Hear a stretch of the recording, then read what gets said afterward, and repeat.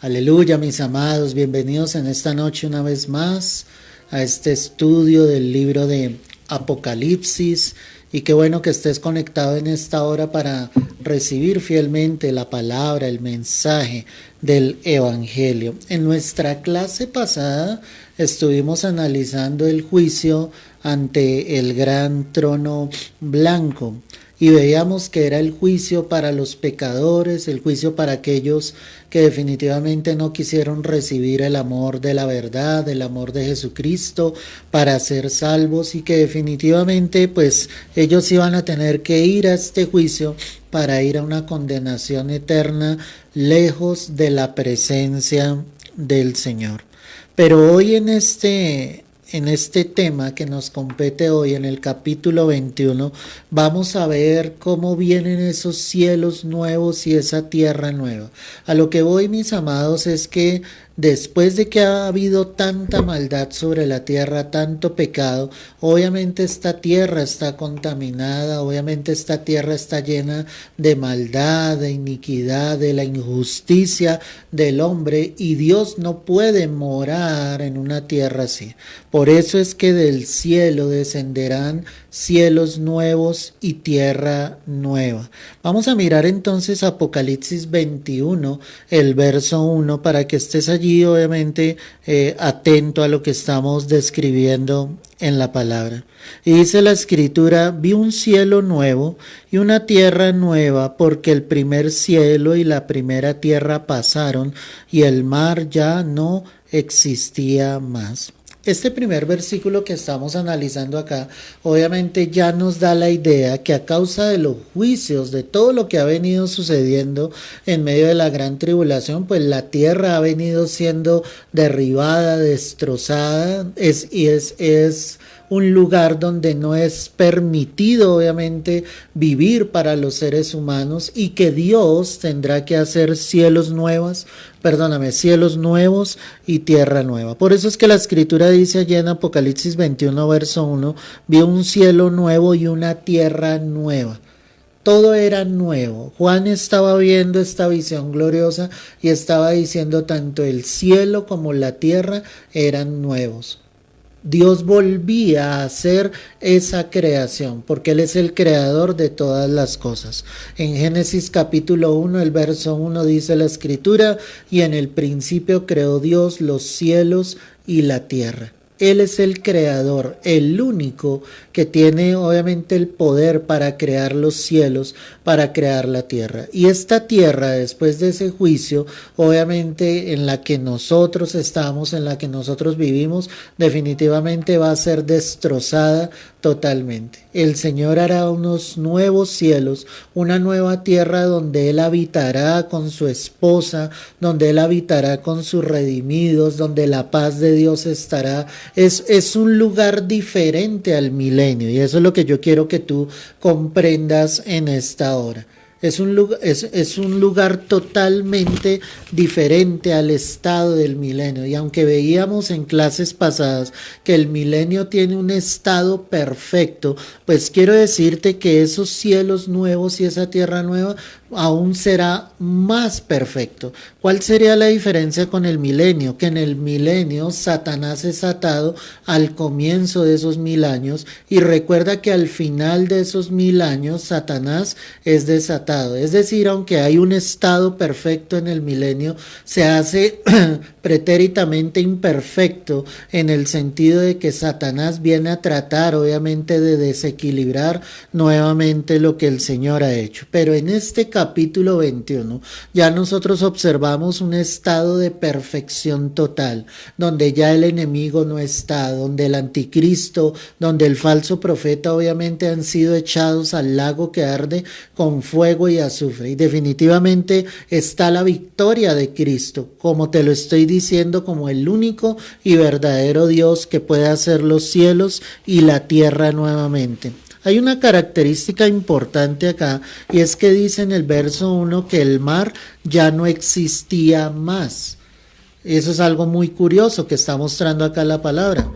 El mar en la palabra, como lo hemos estado estudiando, pues trae varios simbolismos. El primero de ellos, quiero que lo anotes allí, es que simboliza la inseguridad, y es la inseguridad del hombre a causa de las tempestades. Recuerda que cuando Pedro caminaba hacia el Señor en el mar, porque él lo hizo, al ver el fuerte viento, él tuvo miedo. Sí, él estaba allí caminando sobre las aguas, sobre ese mar impetuoso. Pero obviamente para el ser humano el mar significa eso, las tempestades, lo que trae inseguridad a las vidas, lo que trae inseguridad a los corazones como tal.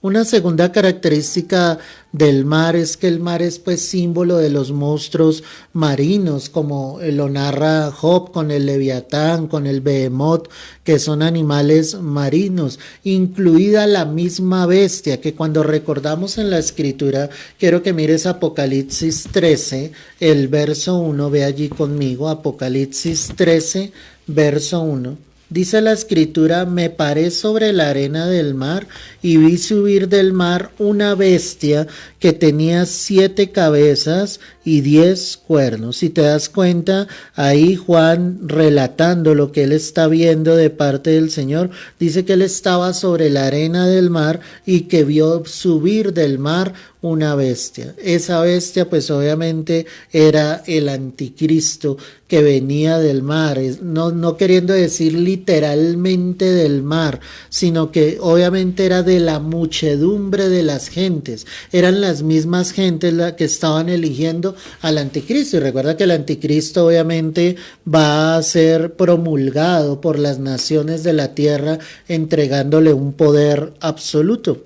La tercera simbología o la tercera característica de ese mar es que ese mar simboliza maldad, simboliza traición, simboliza rebelión, y nuevamente aparece la escena donde el anticristo toma a los habitantes de la tierra, a la muchedumbre de las gentes, donde toma sencillamente en la batalla de Armagedón ese ejército de gran número para ir y pelear contra aquel que les ha hecho tanto daño. Entonces el mar simboliza esas 3 áreas en distintas escenas dentro de la escritura, pero definitivamente cuando vemos en Apocalipsis 21, el verso 1, dice la escritura que el mar ya no existía más. Eso es lo que nos deja ver en el contexto en que te lo estoy enseñando, es que ya no va a haber inseguridad para el hombre, para el ser humano, ya no van a haber esas grandes, tempestades, ya sencillamente la maldad como tal, ¿sí? Lo que trae temor en el mar, cuando te hablaba de esos monstruos marinos, pues ya definitivamente no va a estar en la nueva Jerusalén, en esos cielos nuevos y esa tierra nueva que descenderá del cielo. Y mucho menos habrá la maldad, mucho menos habrá traición, mucho menos habrá rebelión sobre la faz de la tierra. Ya el Señor habrá acabado con la maldad, ya el Señor habrá acabado con la iniquidad, y este será un estado totalmente perfecto. Un estado donde tú y yo habitaremos y estaremos para siempre con el Señor, sin que Satanás, como te lo decía, vuelva a intervenir, sin que él trate de venir a dañar. Todo esto que nosotros empezamos hoy a estudiar, nos damos cuenta que es la consecuencia de que Dios no dejó que la injusticia perdurara. Es la consecuencia de la justicia de Dios. Es la consecuencia de que Dios es bueno, de que Dios brindó misericordia y amor, pero finalmente para todos los rebeldes, lo único que trajo el Señor fue juicio, porque no quisieron recibir a Cristo en sus corazones. Por eso la figura de que el mar ya no existía más. Estoy en Apocalipsis 21:2. Y yo, Juan, vi la santa ciudad, la nueva Jerusalén, descender del cielo de Dios, dispuesta como una esposa ataviada para su marido. Habla la escritura de la nueva Jerusalén, habla de la ciudad santa, habla obviamente de que es la ciudad en la que Dios estableció su morada, una morada especial. Recuerda que la palabra nos deja ver que Dios escogió a Israel, al pueblo, siendo el más insignificante de todos los pueblos de la tierra. Y eso me deja ver claramente, mi amado, que aunque ellos no eran merecedores, a Dios le plació morar allí. Dios le plació establecer su presencia allí. Y cuando lo pienso en cada uno de nosotros, pues a Dios también le plació establecer su presencia en cada uno de nosotros, no porque seamos merecedores, no porque seamos aptos delante de Él. Es la misericordia y el amor del Señor. La ciudad santa, Jerusalén. Jerusalén siempre ha sido un lugar especial. Un lugar que obviamente el mismo diablo actualmente quiere hacer desconocer. Y cuando digo esto es que esa Jerusalén que debería ser esa ciudad santa, también es una ciudad hoy llena de pecado, es una ciudad llena de maldad, como cualquier otra urbe del mundo, donde han perdido la presencia de Dios, donde el judaísmo, que es la religión tradicional allí, se lleva como eso, como una religión, pero no como una búsqueda sincera de Dios. Pero definitivamente cuando vemos en este pasaje, vemos el propósito de Dios de que definitivamente Él quiere establecer su presencia en ese lugar y lo va a hacer. Por eso el ataque que traerá el anticristo al obviamente hacer que el templo sea edificado y al hacerse pasar por Dios sentándose en el templo, diciéndole a la gente que Él es Dios. Ese es el lugar estratégico donde definitivamente pues Satanás intenta destruir, pero definitivamente cuando leo estos pasajes, lo que yo veo en la palabra es que Dios va a establecer su presencia en esa ciudad santa, en ese lugar donde Él siempre ha querido habitar. Por eso es un lugar especial. Y si lo llevamos a una parte espiritual, tu vida, mi vida, es el lugar, es la ciudad, es el habitáculo donde Dios quiere morar. Nosotros somos especiales para Dios y definitivamente lo que Él quiere es morar en cada uno de nosotros. No tenemos que esperar a llegar a ese instante. Hoy en día tú puedes disfrutar de la presencia de Dios, hoy en día tú puedes disfrutar del gozo, de la salvación, de saber que el Espíritu Santo quiere morar dentro de ti. La característica de esta nueva Jerusalén es que ya no va a haber nada inmundo en ella. Ya ahora sí va a ser esa ciudad santa. Ahora sí va a ser ese lugar donde Dios definitivamente quiere morar. Y como te lo decía hace unos segundos, pues desafortunadamente Jerusalén hoy es una ciudad de pecado, de maldad, donde solamente se lleva la historia de Jesús como algo turístico y de por sí es algo muy lucrativo para todos allí.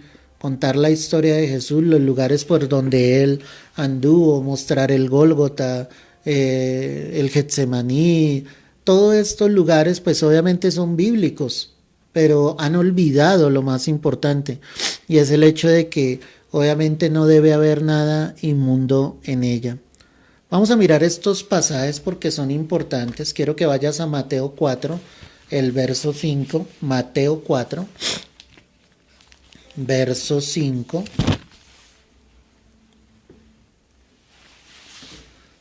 Dice la palabra del Señor: entonces el diablo le llevó a la santa ciudad y le puso sobre el pináculo del templo.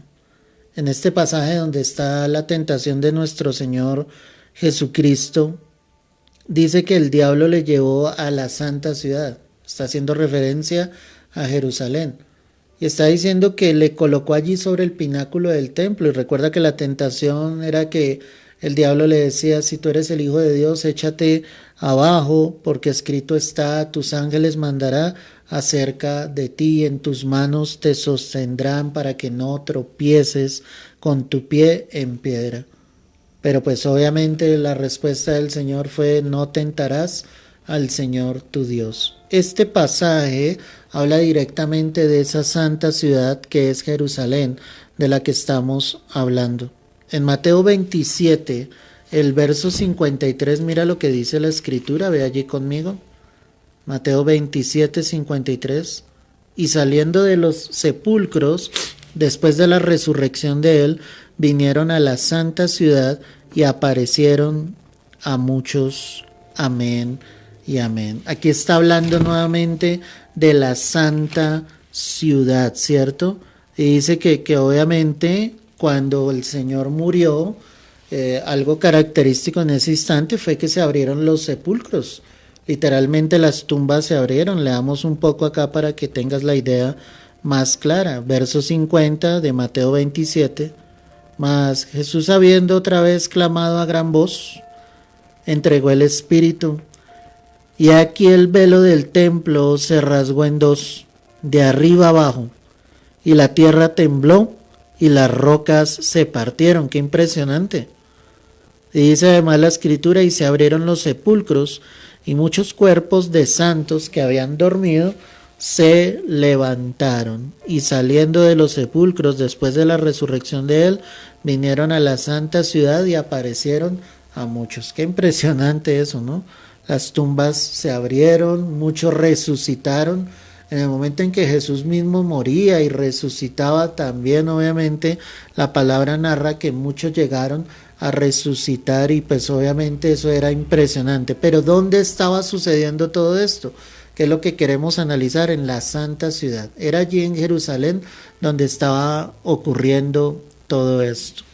Vuelve allí a Apocalipsis 21 y mira lo que dice la palabra del Señor. Sigamos analizando el verso 2. Apocalipsis 21, verso 2. Y dice, yo Juan vi la santa ciudad, ya sabemos que habla de Jerusalén, pero aquí él está hablando de esa nueva Jerusalén.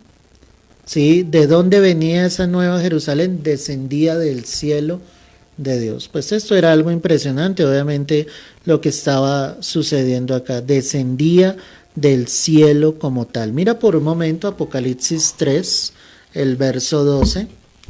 Apocalipsis 3. Verso 12, ve allí conmigo.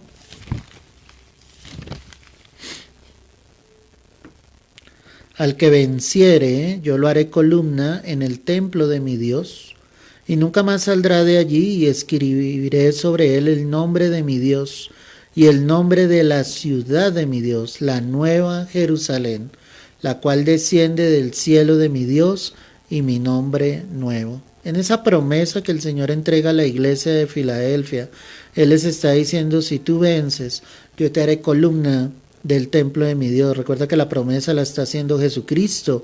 Y es impresionante que Jesús mismo está llamando acá, obviamente, a su Padre como Dios. Y nunca más saldrá de allí, y escribiré sobre él el nombre de mi Dios y el nombre de la ciudad de mi Dios. Y aquí confirma qué ciudad es. Dice la nueva Jerusalén, la cual desciende del cielo de mi Dios y mi nombre nuevo.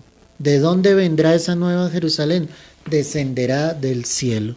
Inmediatamente después del juicio ante el gran trono blanco, donde serán juzgados todos los pecadores que obviamente no quisieron venir a los pies de Cristo, pues del cielo descenderá esa nueva Jerusalén.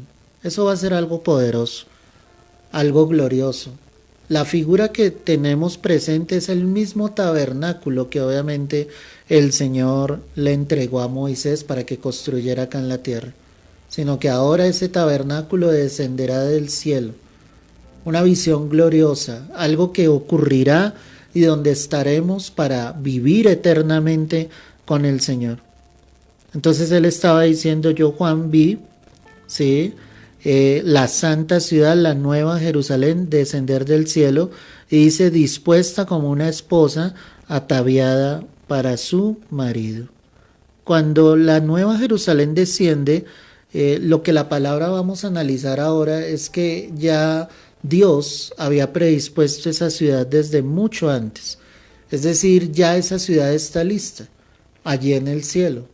Lo único que está esperando el Señor es que los tiempos se cumplan para que esa nueva Jerusalén descienda acá a la tierra, porque esos son los cielos nuevos y la tierra nueva que el Señor hará.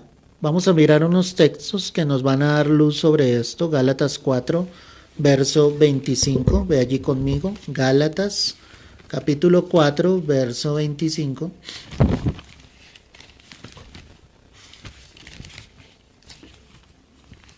Gálatas 4, verso 25.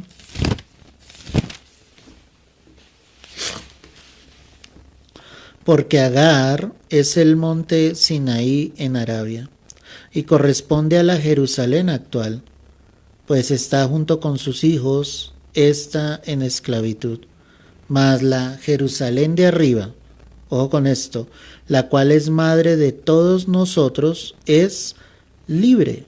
En esta alegoría que es como un ejemplo que obviamente el apóstol Pablo colocaba sobre Sara y Agar. Sí, recuerda que Sara dio a su sierva, a Agar, para que Abraham se llegase a ella y pudiesen concebir un hijo, ya que Sara era una mujer estéril. Pero aquí la tipología que está entregando es que esa nueva Jerusalén, sí, que viene de arriba, es madre de todos, y obviamente esa nueva Jerusalén está tipificada en la promesa. Entonces, ¿cuál es la promesa? Abraham es el padre de Isaac, Isaac es el padre de Jacob, y Jacob es el padre de las 12 tribus que conformaron el pueblo de Israel.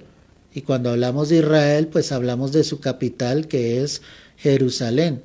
Y el Señor está mostrando acá que esa Jerusalén viene de arriba y la cual es madre de todos y es libre. O sea, es algo diferente, no es tanto como el pueblo literal acá en la tierra, sino ese pueblo celestial, ese lugar celestial que Dios establecerá acá en la tierra.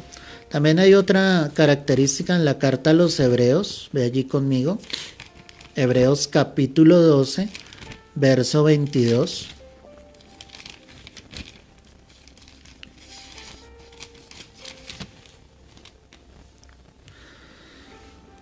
Dice la escritura, Hebreos 12, 22, sino que os habéis acercado al monte de Sión, a la ciudad del Dios vivo, Jerusalén la celestial, a la compañía de muchos millares de ángeles, a la congregación de los primogénitos que están inscritos en los cielos, a Dios, el juez de todos, a los espíritus de los justos hechos perfectos, a Jesús, el mediador del nuevo pacto, y a la sangre rociada que habla mejor que la de Abel. Amén y amén.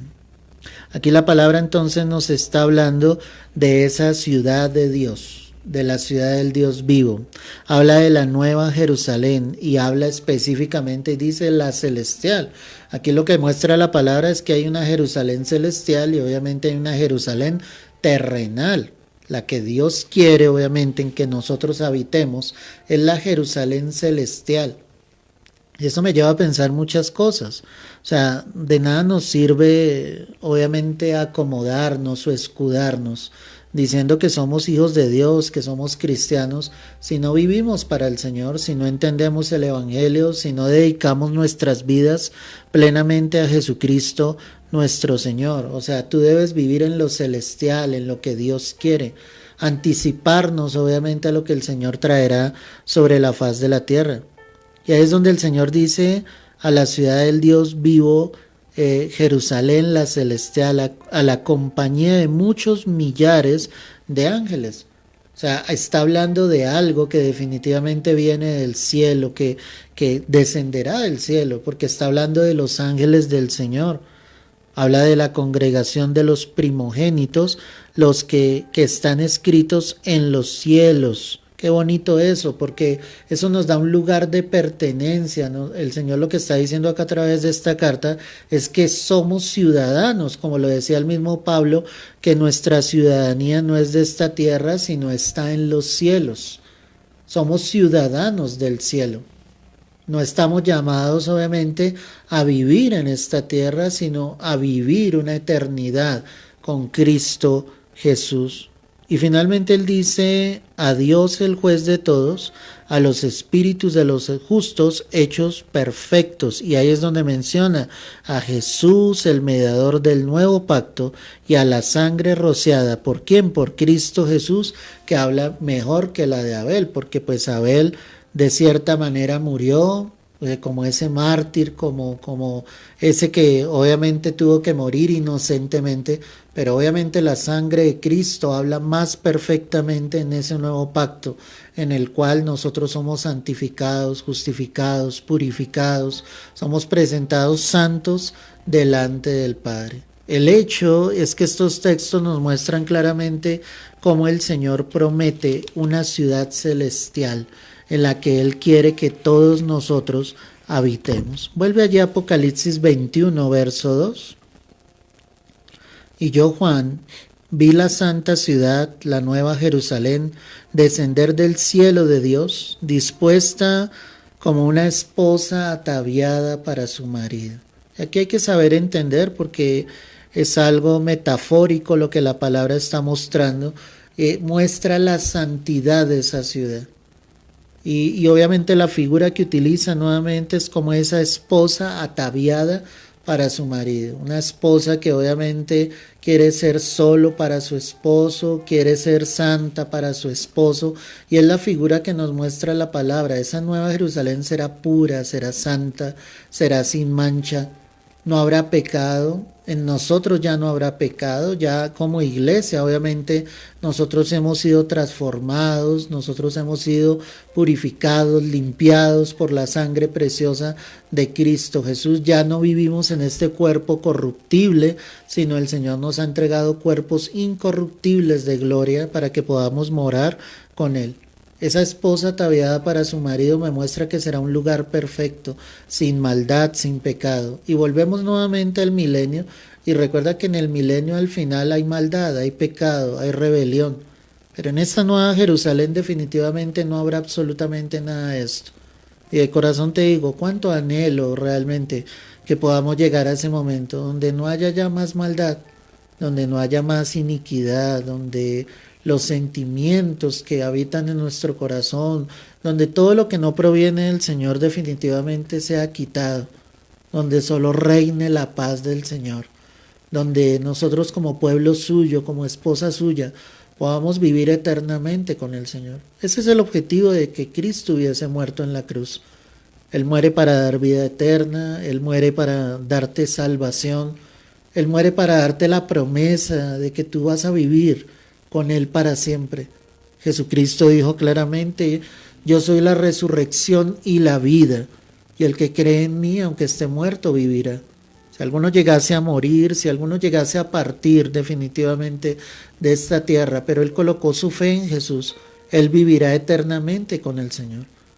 Es el paso obviamente de la muerte a la vida, pero a la vida eterna, para los que han creído en Jesucristo, el Hijo de Dios. No en una religión.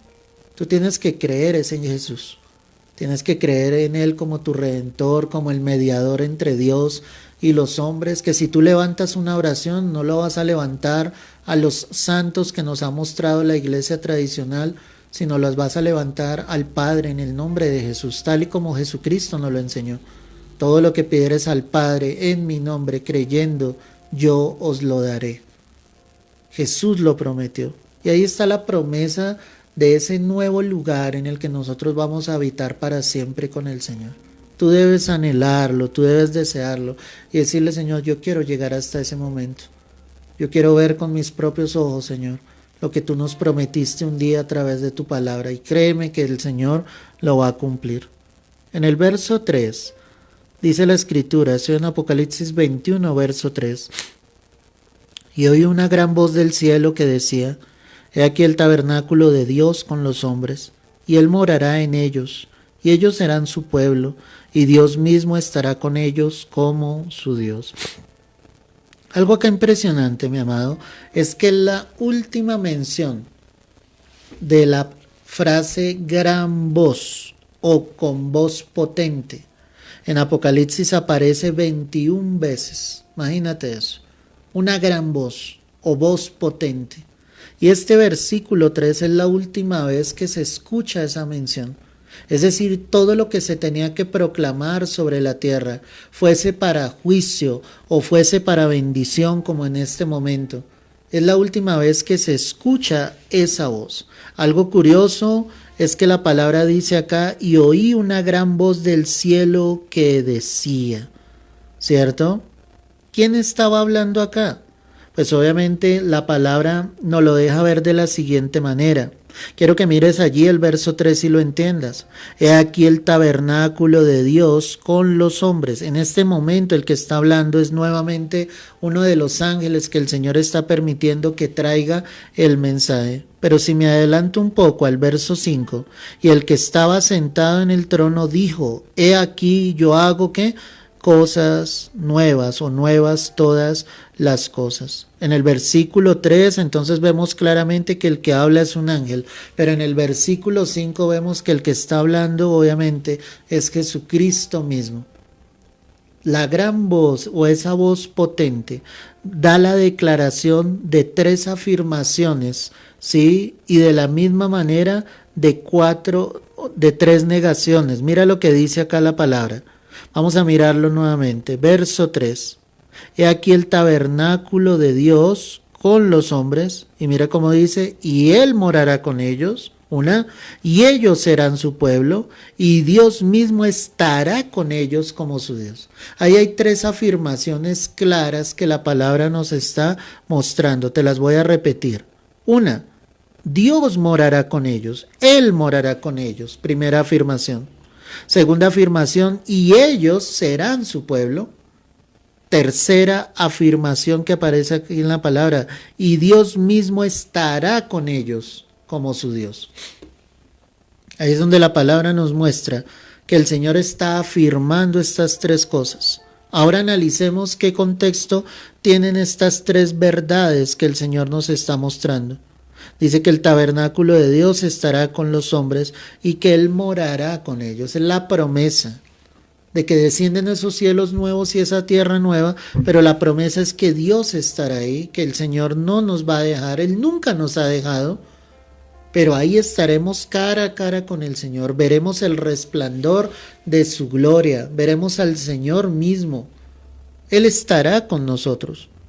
La segunda afirmación, como te decía, es que ellos serán su pueblo, la misma promesa que Dios ha hecho por siempre, que somos su especial tesoro, que somos su real sacerdocio, que somos esa nación santa, y Dios está prometiendo una vez más acá y está diciendo, ustedes serán mi pueblo, porque le pertenecemos a Él, porque Él nos ganó por precio de sangre en la cruz. Y la tercera afirmación dice que Él estará con nosotros como nuestro Dios. Recuerda que el ser humano siempre ha querido buscar un Dios. En su espíritu, él anhela encontrarse con Dios. El problema es que muchos encuentran un camino equivocado. Pero recuerda que el único camino es Jesucristo. Él es el camino, la verdad y la vida. Cuando alguien se encuentra genuinamente con el Señor, encontró el verdadero camino. Él será nuestro Dios. Y allí en esa nueva Jerusalén, nosotros le tendremos como tal, como nuestro Dios, como nuestro único y verdadero Dios. Pero también hay 3 negaciones, que era lo que te decía en el verso 4. Enjugará Dios toda lágrima de los ojos de ellos. Y viene la primera negación, y ya no habrá muerte. Dios está diciendo acá, no va a haber muerte. Ya la muerte no existirá. Ya la muerte no tocará las vidas. Definitivamente se cumple la palabra donde el Señor promete vida eterna. El Señor obviamente hablaba a través del apóstol y decía que el postrer enemigo que sería destruido, pues es la muerte. Y definitivamente cuando la nueva Jerusalén descienda del cielo ya no habrá más muerte. Ya lo único que habrá es eternidad, vida eterna. La segunda negación que está haciendo aquí la palabra dice, ni habrá más llanto. Hoy hay cosas, iglesia, que obviamente nos duelen. Hay llanto, hay dolor, hay quebranto en el corazón, hay pruebas. Pero el Señor promete acá que nunca más habrá más llanto. Nunca. No habrá nada que te duela. Estarás en paz, estarás tranquilo, estarás confiado plenamente en el Señor. No habrá tristeza sobre esta tierra. Ya en esa nueva Jerusalén, todo lo que causaba ese dolor en nuestras vidas jamás volverá a estar. Por eso la palabra dice, no habrá más llanto. No habrá más ese dolor, ese quebranto. Y dice, ni clamor ni dolor. Y ahí está la tercera negación, ni clamor ni dolor. No habrá ese dolor. No habrá ese clamor en el sentido por el dolor que sufrimos como seres humanos. Porque el Señor ya nos tendrá en ese estado en que todo será perfecto. ¿Cómo anhelamos eso? Y yo quiero que tú pienses en este momento, ¿anhelarías que eso pasara en tu vida? Que no hubiese muerte, que no hubiese llanto sobre tu vida, que no hubiese clamor ni dolor hoy en día. Claro, claro que lo queremos, claro que lo anhelamos. No quisiéramos sentir nuestros corazones dolidos, heridos. No quisiéramos sentir el quebranto por las cosas que suceden en nuestro entorno. Quisiéramos tener la paz de Dios plenamente, que nada nos afectara, que no hubiesen lágrimas en nuestros ojos a causa de las muchas cosas que suceden, enfermedades, obviamente problemas económicos, la falta de trabajo muchas veces. Eso trae tristeza, eso hace que las lágrimas lleguen sobre las mejillas de los hombres. Pero en este momento lo que Dios está prometiendo es que ya nada de eso volverá a estar. Y eso me parece excelente. Eso me parece algo glorioso. Eso me parece algo que realmente nos llenará totalmente, que traerá una paz total en nuestro ser, en nuestro corazón. El Señor entonces está diciendo en Apocalipsis 21, verso 4, enjugará a Dios toda lágrima de los ojos de ellos. Parece algo contradictorio cuando más adelante dice no habrá más llanto. ¿De quién enjugará Dios toda lágrima de los ojos de ellos? O sea, es una promesa que Dios hace. Y es enjugará que Dios las lágrimas de todos. Es la promesa que Dios entrega. Hoy tal vez lloramos, hoy tal vez, como te decía, hay cosas que nos causan dolor. Pero la promesa de Dios es que Él está ahí. La promesa del Señor es que obviamente Dios nos sustentará y como Él sabe los sentimientos, como Él conoce lo que hay en lo profundo de nuestros corazones, como Él sabe lo que tú a nadie obviamente le cuentas, como Él sabe perfectamente eso, lo único que tú debes saber es que Él está ahí para consolarte, que Él está ahí para fortalecerte, que Él está ahí obviamente para llenarte, para que tú continúes adelante, para que esta promesa que el Señor está entregando en esta hora no te haga desfallecer, para que tú sigas confiando en Dios, para que creas en ese futuro promisorio, en ese futuro donde Dios promete paz, donde Dios nos está diciendo tú no estás solo, yo no te he dejado. Yo no ignoro lo que siente tu corazón, yo no ignoro lo que sientes en tu alma. Donde Dios nos está diciendo yo voy a estar contigo ahí, voy a enjugar toda lágrima. Pero quiero prometerte que cuando llegue esa nueva Jerusalén no habrá más llanto, ya no llorarás más, ya no vendrá más dolor, ya no vendrá más quebranto sobre tu vida. Y es impresionante entonces cómo la palabra nos está mostrando esto. Él está diciendo entonces en todo este contexto, y quiero que retrocedas un poco, dice, he aquí el tabernáculo de Dios con los hombres. Miremos unos textos que nos van a ampliar sobre lo que es ese tabernáculo. Juan capítulo 1, el verso 14. Mira lo que dice la escritura. Juan capítulo 1, verso 14. Y mira lo que dice la preciosa palabra del Señor. Juan 1, verso 14. Y aquel verbo fue hecho carne y habitó entre nosotros. Y vimos su gloria, gloria como del unigénito del Padre, lleno de gracia y verdad. La palabra está diciendo de Jesús que Él era el verbo y que ese verbo se hizo hombre. Cuando dice la palabra fue hecho carne y dice y habitó entre nosotros. Ese habitó entre nosotros es el deseo de Dios. Cuando hablamos de ese tabernáculo, el deseo de Dios es habitar entre nosotros.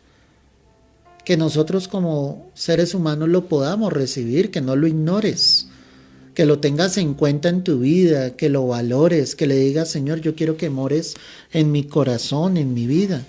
En la segunda carta a los Corintios, el capítulo 5, el verso 1, mira lo que dice la preciosa palabra del Señor. Porque sabemos que si nuestra morada terrestre, este tabernáculo, se deshiciere, tenemos de Dios un edificio, una casa no hecha de manos, eterna en los cielos. Esto lo decía el apóstol Pablo y te voy a describir lo que él está narrando acá. Él está diciendo de una morada terrestre, hablando de nuestro cuerpo. Y dice, si este tabernáculo, mira cómo lo llama, esta casa se deshiciere. En otras palabras, él está diciendo, si nosotros llegásemos a morir, no importa, tenemos un edificio, una casa no hecha de manos, eterna en los cielos. O sea, no es el cuerpo físico. Lo que a ti te debe interesar es estar en la presencia de Dios, morar en la presencia de Él. Mientras tú estés en esta tierra, permitir que Dios habite dentro de ti. Eso es lo que a ti te debe interesar, eso es lo que a ti obviamente te debe importar. De que el Señor obviamente sea el que more en tu corazón. Sigamos mirando otro texto, segunda carta a los Corintios 5, verso 4. Porque asimismo los que estamos en este tabernáculo, ya sabemos que es el cuerpo, gemimos con angustia, porque no quisiéramos ser desnudados, sino revestidos para que lo mortal sea absorbido por la vida. Claro, queremos ser revestidos. Queremos obviamente recibir ese cuerpo incorruptible. Queremos sencillamente que este tabernáculo sea deshecho, porque es que sabemos que este cuerpo es un cuerpo de maldad, de pecado. Y por eso queremos ese cuerpo incorruptible, por eso queremos llegar a la presencia del Señor. Por eso queremos que Dios habite plenamente en nuestras vidas y en nuestros corazones. En la segunda carta de Pedro, el capítulo 1, el verso 13, mira lo que dice la preciosa palabra del Señor. Segunda carta de Pedro, capítulo 1, verso 13. Pues tengo por justo, en tanto que estoy en este cuerpo, el despertaros con amonestación, sabiendo que en breve debo abandonar el cuerpo como nuestro Señor Jesucristo me ha declarado. También yo procuraré con diligencia que después de mi partida vosotros podáis en todo momento tener memoria de estas cosas. Si te das cuenta, Pedro también hablaba y estaba diciendo, yo sencillamente voy a abandonar este cuerpo terrenal no va a ser para siempre. Lo que Dios quiere es que yo habite con Él para siempre, con un cuerpo incorruptible en su casa, en su presencia. Y esa nueva Jerusalén de la que estamos hablando, pues obviamente es el lugar donde Dios quiere que nosotros finalmente moremos con Él. Entendiendo estos textos, ¿sí?, de todo lo que es ese tabernáculo, pues obviamente es esa casa de Dios, y es esa casa de Dios acá en la tierra donde el propósito del Señor es que nosotros habitemos juntamente con Él. Cuando pienso en esa nueva Jerusalén, hay 4 aspectos importantes, ¿sí?, que ya te los había mencionado, pero quiero que los anotes allí para que los tengas claros. Uno es que va a haber una perfecta comunión entre el Padre y los hijos, entre nuestro Padre eterno y nosotros como hijos. Ya no va a haber nada que quiebre esa relación, ya no va a haber absolutamente nada que quebrante esa relación que nosotros tenemos con nuestro Padre Celestial, porque como no va a existir el pecado, pues el pecado no nos separará de la presencia del Señor. Como te lo decía, no habrán motivos para llorar. Esa es la segunda característica. La tercera es que no habrá muertes. Ya nadie morirá, todos vivirán eternamente. Y la cuarta característica es que esa nueva Jerusalén será sin dolor. Y es importante, obviamente, que nosotros entendamos que en ese momento seremos libres de todo aquello que nuestro Redentor cargó sobre sí. El pecado, la maldad, la iniquidad, o sea, valoramos el sacrificio de Jesús, pero créeme que cuando lleguemos a ese momento estaremos viendo la gloria del Señor, cómo obviamente Dios se glorifica en nuestras vidas. Miremos estos textos para seguir dando luz sobre lo que estamos hablando. Primera carta a los Corintios, capítulo 15, verso 26. Primera carta a los Corintios, capítulo 15, verso 26. Y mira lo que dice la Escritura. Y el postrer enemigo que será destruido es la muerte. Lo que te decía hace unos instantes. El apóstol Pablo estaba diciendo en esa inspiración por el Espíritu Santo que definitivamente el postrer enemigo que sería destruido sería la muerte. La muerte jamás volvería a tocar los cuerpos. En Apocalipsis 20, el verso 14, míralo allí. Apocalipsis 20, verso 14. Y la muerte y el Hades fueron lanzados al lago de fuego. Esta es la muerte segunda. Ahí está la victoria del Señor en el juicio ante el gran trono blanco, como lo estudiábamos hace 15 días. Acá podemos ver cómo la muerte misma será lanzada al lago que arde con fuego y azufre. En la carta a los Hebreos, el capítulo 2, el verso 14. Hebreos 2, verso 14. Así que por cuanto los hijos participaron de carne y sangre, él también participó de lo mismo, para destruir por medio de la muerte a aquel que tenía el imperio de la muerte, esto es, al diablo. Aquí está claro, dice que Jesús mismo participó, sí, de la muerte para destruir al que tenía el imperio de la muerte. No es que el diablo decidiera quién moría o quién no moría o en qué momento, sino era por el temor a la muerte. Y el verso 15 lo aclara, y librar a todos los que por el temor a la muerte estaban durante toda la vida sujetos a servidumbre. Pero ahora en Cristo Jesús nosotros no tememos a la muerte. Y no tememos porque tenemos la esperanza de la vida eterna. Para nosotros el vivir es Cristo y el morir es ganancia. Y ahí es donde nosotros entendemos fielmente el propósito, la voluntad del Señor. Sigamos mirando otro texto, primera carta a Timoteo, primera carta del apóstol Pablo a Timoteo, capítulo 2, verso 6.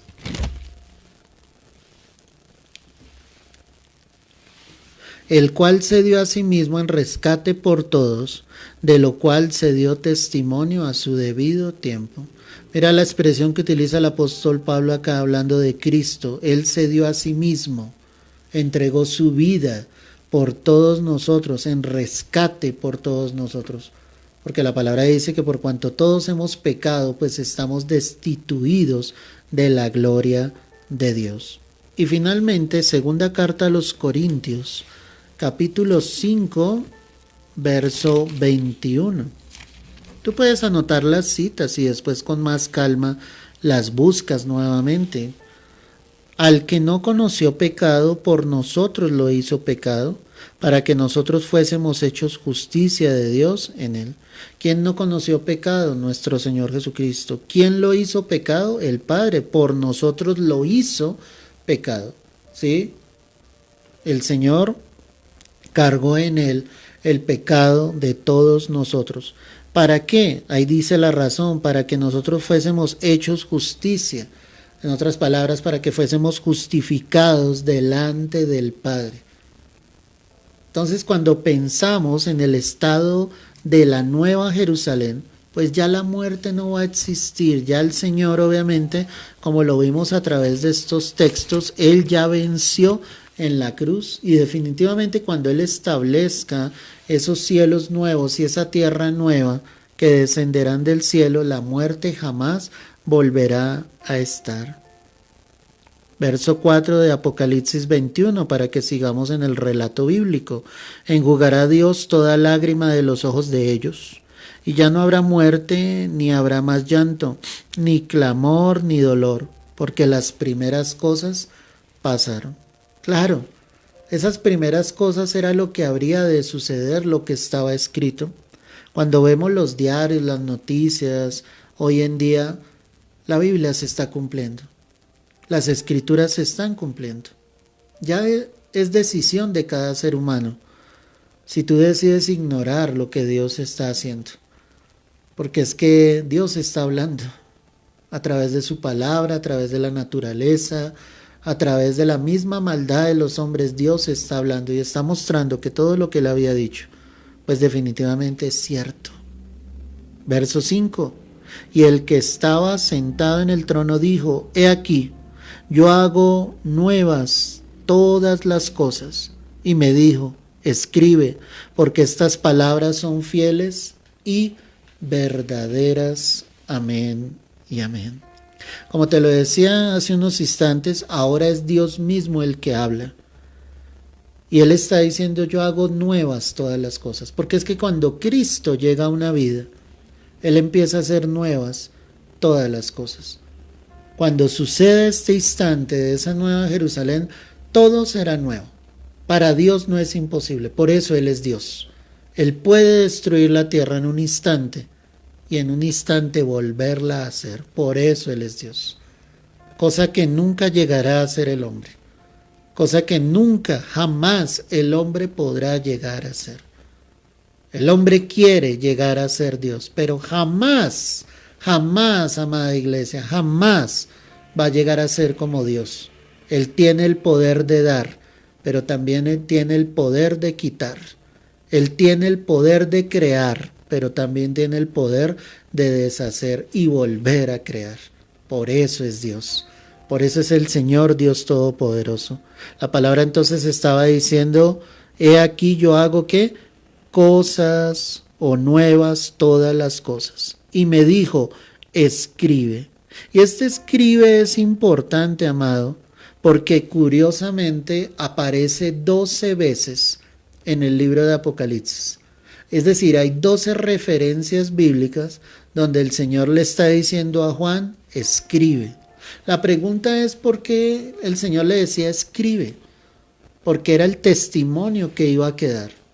No sería lo mismo que nos contaran y dijeran: es que el Señor dijo, pero ¿dónde está? ¿Dónde lo escribió?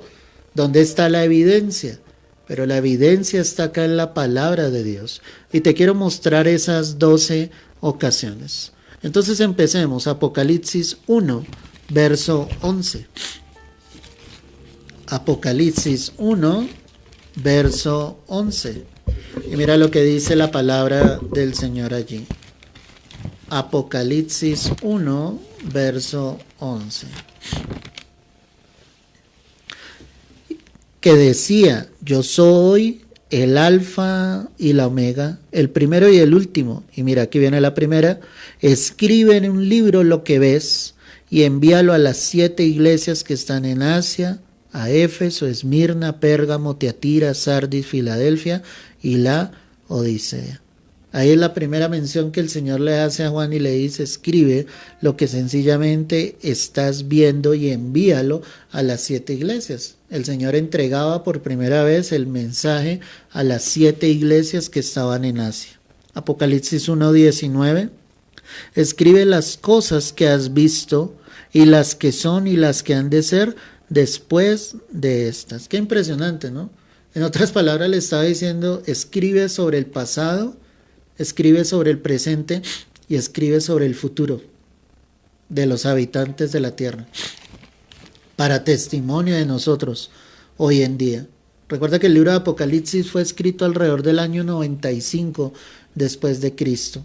Al tiempo donde nosotros estamos, pues el libro fue escrito hace ya más de 2000 años.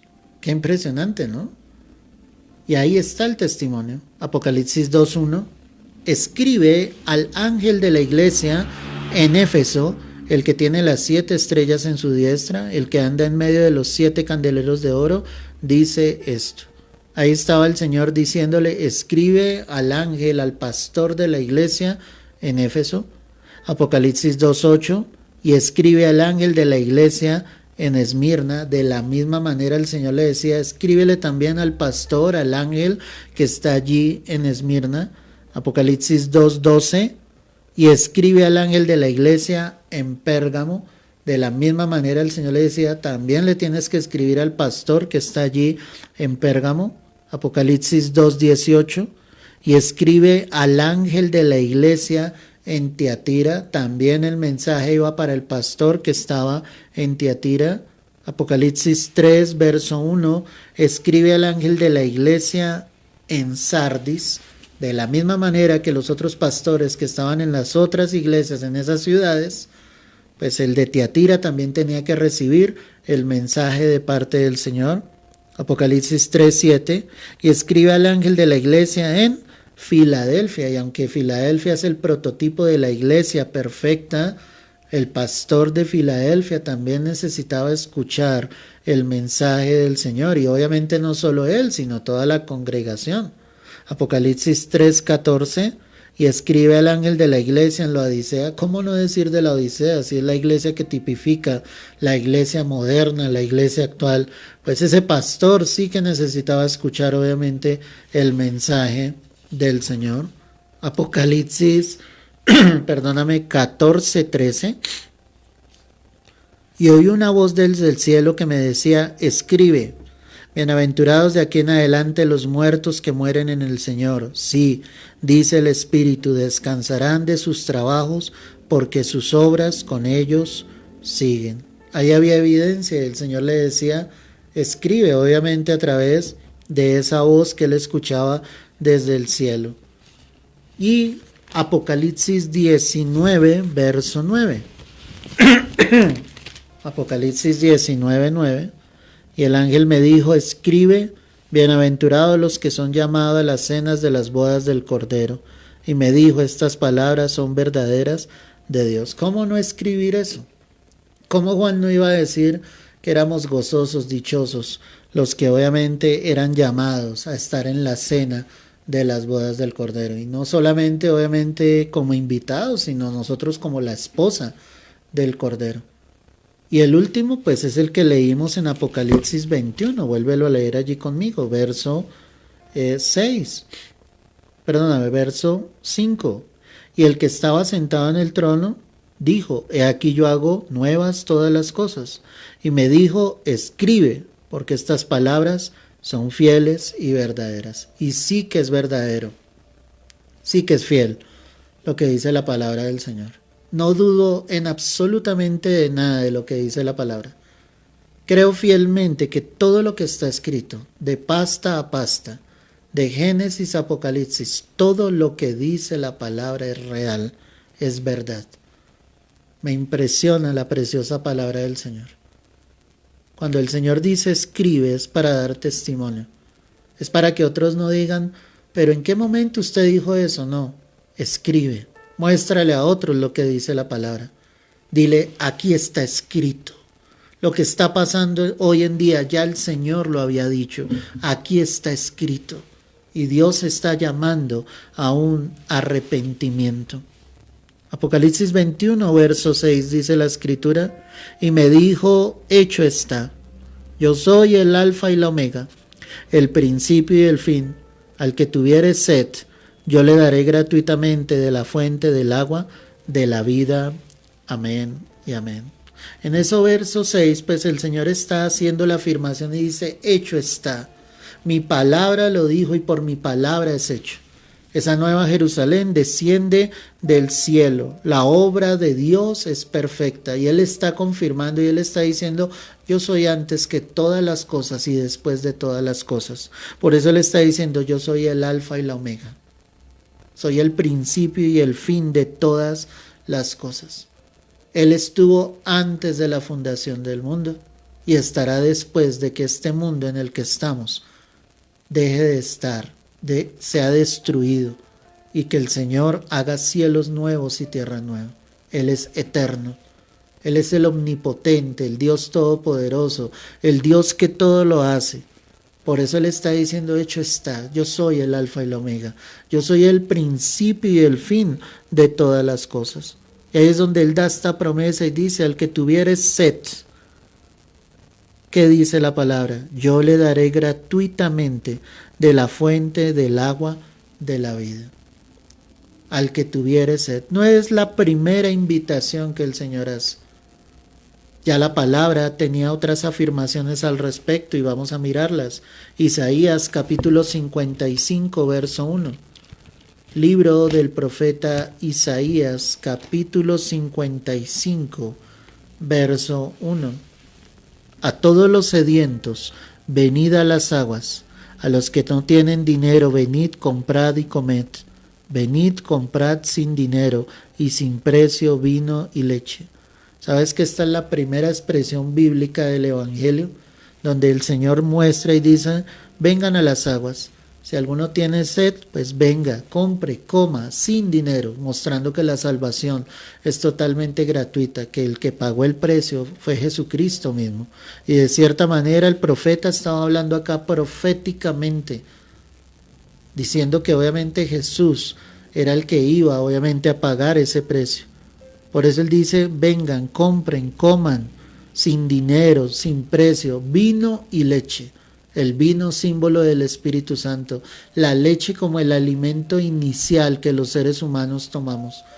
Como el Señor diciendo, yo te voy a entregar desde un comienzo absolutamente todas las cosas. Juan capítulo 4, verso 10. Ve allí conmigo.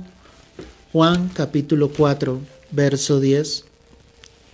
Respondió Jesús y le dijo, si conocieras el don de Dios, y quién es el que te dice, dame de beber, tú le pedirías y Él te daría agua viva. Cuando el Señor está estableciendo este diálogo con la mujer samaritana, ¿sí? Le dice, si realmente conocieras el don de Dios, el regalo de Dios. ¿Cuál era el regalo de Dios? Era Jesús mismo. Y con Jesús venía la salvación. Y Él le decía, si tú te dieras cuenta, ¿quién es el que está hablando contigo, mujer? Tú le pedirías a Él de beber y Él te daría el agua viva, el agua en el cual el ser humano nunca tendrá sed jamás, porque en Él somos saciados, llenos. Juan capítulo 4, verso 13. Respondió Jesús y le dijo, cualquiera que bebiere de esta agua volverá a tener sed, mas al que bebiere del agua que yo le daré no tendrá sed jamás, sino que el agua que yo le daré será en él una fuente de agua que salte para vida eterna. Qué precioso eso. El agua de vida, Jesucristo. El agua en el que nunca nosotros vamos a tener sed. Por eso la invitación que el Señor hace ahí en Apocalipsis. Juan capítulo 7, verso 37, ve allí conmigo. Juan 7, verso 37. En el último y gran día de la fiesta, Jesús se puso en pie y alzó la voz diciendo, si alguno tiene sed, venga a mí y beba.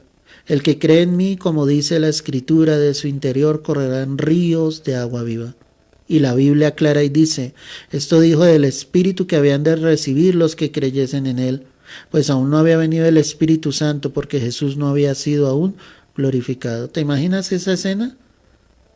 En esa reunión en la que él estaba, él se colocó en pie, alzó su voz y dijo, si alguien tiene sed, venga a mí y beba. Solo Jesús podía decir eso. Ni los fariseos, ni ninguno de los religiosos que estaba allí. Jesús era el único que podía decir y puede seguir diciendo, si alguno tiene sed, venga a mí y beba. Es impresionante.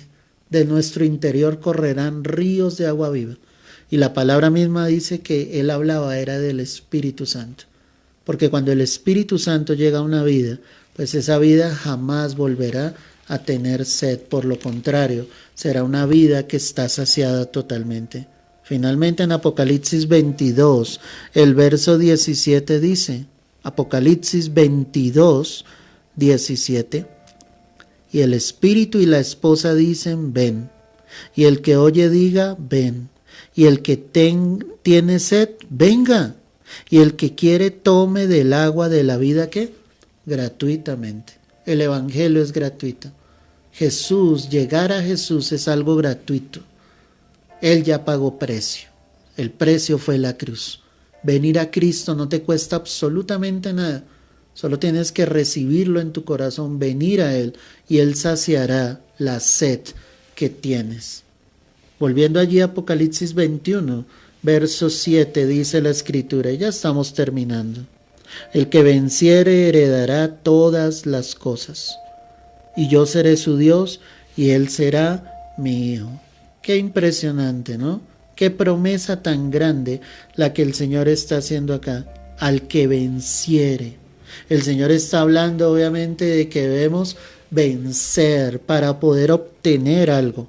Y ese obtener algo es la promesa de Dios de que heredaremos todas las cosas, no en esta tierra, sino en la nueva Jerusalén. Lo tendremos a Él, lo tendremos absolutamente todo. Él será nuestro Dios y Él nos considerará como sus hijos. Pero no es la primera mención que la palabra habla de vencer. Vamos a mirar a través de la Escritura cuántas veces el Señor habló a su iglesia, a sus hijos, y nos instó, nos exhortó a vencer. Apocalipsis 2, el verso 7, mira lo que dice la Escritura. Apocalipsis 2, verso 7. El que tiene oído, oiga lo que el Espíritu dice a las iglesias. Al que venciere, le daré de comer del árbol de la vida, el cual está en medio del paraíso de Dios. ¿Te das cuenta? La promesa para la iglesia de Éfeso era esa.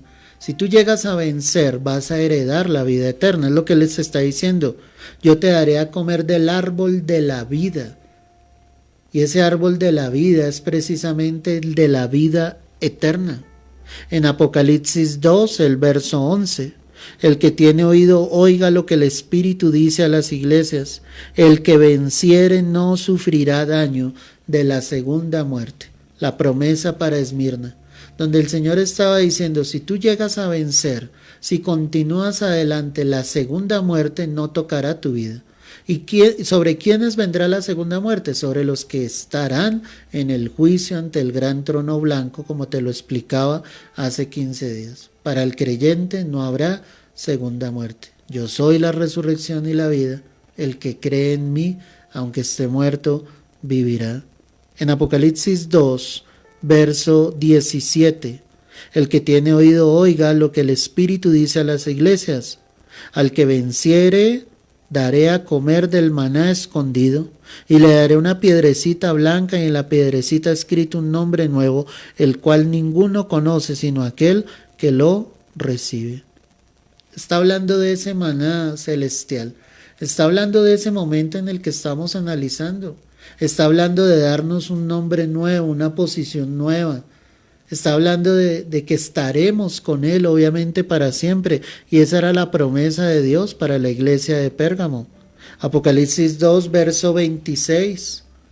Al que venciere y guardare mis obras hasta el fin, yo le daré autoridad sobre las naciones. Obviamente es una palabra donde Él da autoridad a su iglesia, donde Él está mostrando fielmente que Él está con nosotros, donde Él está mostrando fielmente que si guardamos nuestras obras en Cristo hasta el final, Él nos dará obviamente esa autoridad como tal. En Apocalipsis 3, el verso 5, el que venciere será vestido de vestiduras blancas, y no borraré su nombre del libro de la vida, y confesaré su nombre delante de mi Padre y delante de sus ángeles. Es la promesa de que habrá esa vida eterna, de que habrá lino limpio, fino y resplandeciente, como lo analizábamos allí en Apocalipsis 19. Es la promesa donde Dios está diciendo que no borrará, y recuerda que ahí analizábamos en el griego original, Él está diciendo, y tu nombre estará escrito en el libro de la vida. Y esa es la promesa que Dios entrega, que nuestro nombre estará escrito en el libro de la vida. Pero ¿qué tienes que hacer? Vencer, llegar hasta el final. Apocalipsis 3, verso 12. Al que venciere yo lo haré columna en el templo de mi Dios, y nunca más saldrá de allí. y escribiré sobre él el nombre de mi Dios y el nombre de la ciudad de mi Dios, la nueva Jerusalén, la cual desciende del cielo de mi Dios, mi nombre nuevo. Ahí está, ya lo habíamos analizado, la promesa que Dios entrega a la iglesia de Filadelfia. ¿Qué tenían que hacer? Vencer para estar en esa nueva Jerusalén. Y finalmente Apocalipsis 3, verso 21. Pese a que la iglesia de la Odisea no iba bien, el Señor les da una promesa. Y les dice, al que venciere, le daré que se siente conmigo en mi trono, así como yo he vencido y me he sentado con mi Padre en su trono. Qué impresionante eso, ¿no? Es una promesa de estar allí con el Señor y nada más ni nada menos que en el trono de Dios como esposa del Rey de Reyes y Señor de Señores. Aquí lo impresionante es que cuando pensamos en ese vencer, en el contexto histórico, en el tiempo en que estaba obviamente Juan, había una persecución terrible de parte de Domiciano, que era el emperador de aquella época, el emperador romano, ¿sí? Hacia los cristianos, obviamente querían matarlos. Por eso es que el Señor decía, venzan, sigan adelante. Y si lo miramos hoy en día frente a todas las circunstancias que nos rodean, el Señor sigue diciendo lo mismo, debes vencer. No te avergüences de confesar públicamente a Jesucristo, no te avergüences de tu fe en el Señor. Sigue confesando que crees en Jesús, sigue confesando que crees en el sacrificio de Cristo y que ese sacrificio fue para darte salvación y vida eterna. En Apocalipsis 21, verso 8, dice la palabra, pero los cobardes e incrédulos, los abominables y homicidas, los fornicarios y hechiceros, los idólatras y todos los mentirosos tendrán su parte en el lago que arde con fuego y azufre, que es la muerte segunda. Y recuerda que la muerte segunda, ¿quiénes la vivirán? Retrocedamos un poco. Apocalipsis 20, verso 14. Y la muerte y el Hades fueron lanzados en el lago de fuego. Esta es que la muerte segunda. La muerte segunda son los que van a resucitar a juicio, pero no para salvación, sino para perdición en el juicio ante el gran trono blanco. En este listado que está en Apocalipsis 21, verso 8, hay mucho que analizar, pero ya por el tiempo, mis amados, no lo podemos entregar esta noche. Así que te invito para que el próximo viernes, confiando en el Señor, si el Señor así lo permite, estaremos en nuestro horario habitual, 7 de la noche, para que te conectes. Pero solo quiero decirte antes de terminar en esta noche esta palabra poderosa, esta enseñanza que Dios nos ha entregado. Algo glorioso les espera a los hijos de Dios. Así como para aquellos que rechazaron el Evangelio les espera una eternidad sin Cristo en el infierno, lejos de la presencia del Señor. Yo quiero decirte que para que los que hemos creído en Jesucristo nos espera algo glorioso, cuando del cielo descienda esa nueva Jerusalén para que habitemos para siempre con el Señor. Y yo quiero que tú y yo estemos allí disfrutando de esa bendición tan grande de ver la gloria de Dios, los cielos nuevos y la tierra nueva que descenderá del cielo. Padre, yo quiero darte gracias en esta noche, por este tiempo, por este momento, por tu palabra, por todo lo que nos has enseñado en esta hora, Dios. Permítenos vencer, permítenos llegar hasta el final, Dios mío, que realmente seamos fieles, verdaderos, Señor, sin desfallecer un solo instante, Dios mío. A ti te lo pedimos, Rey Santo, en el nombre de Cristo Jesús. Ayúdanos, fortalécenos, Señor. No nos dejes menguar en esa fe, Dios. Permítenos continuar adelante en tu verdad, Señor. Te lo pedimos, Rey Santo, en el nombre de Cristo Jesús. Amén y amén. Aleluya, mis amados. Dios los bendiga poderosamente. Espero que esta clase haya sido de tanta bendición como lo fue para mi vida. Explicar este tema me emociona, me llena de gozo, pero más que todo me llena de esperanza. Saber que pronto el Señor vendrá por la iglesia y que al final de los tiempos descenderá a esa nueva Jerusalén donde habitaremos para estar para siempre con el Señor. Fuerte abrazo en Cristo Jesús. Dios te bendiga y te guarde.